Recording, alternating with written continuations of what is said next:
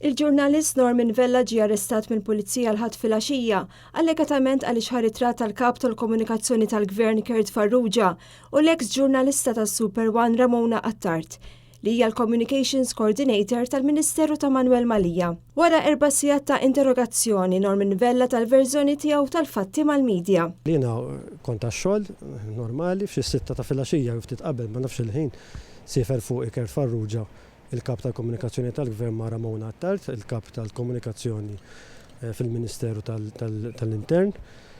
Jiena komplejt bil-qadi ta' dmirijieti, daw sellmuli għax jafuni u sellimtu lura.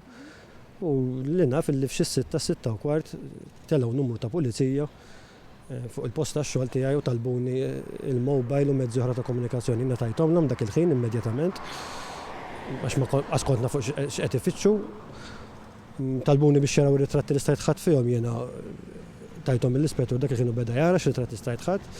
Jiena naċċel daw kien hemm rapport xi ħadd għamel rapport li jiena ħadd ritratti bil-mobile tiegħi tas-Sur Farrugia u tas-Sinjura Attard jew Sinjorina waqt li kienu qegħdin isifru.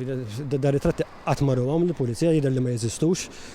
Fil-fatt qas kellhom dawn ir-ritratti il-Pulizija kieku kellhom kienu jaraw jekk stajx minn fejn kont jien nieħodhom, ma qas kellhom dawn ir-ritratti. Il-ġurnalist Norman Vella sostna li hu ma ħa l-ebda ritratt u li dawn ir-ritratti ma jeżistux. Ma jeżistux da ritratti jekk issibuhom tagħmlu li pjaċir għax inkun naf fuq xi qed niġi investigat għax il-Pulizija m'għandhom da ritratt. Norman Vella qed isostni li kienu żewġ persuni li għamlu r-rapport li wassal biex il-Pulizija arrestawh fil-post fejn jaħdem fl-Ajruport Internazzjonali ta' Malta. Sar rapport minn aktar minn persuna waħda.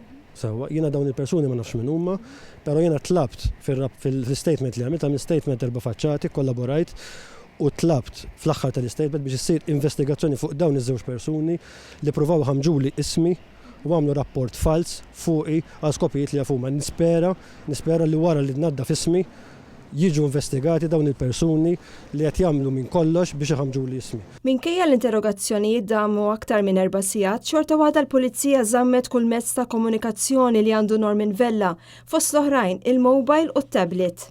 Il-mobile issa qiegħed fil-possess tal-Pulizija, ħaduli wkoll it-tablet.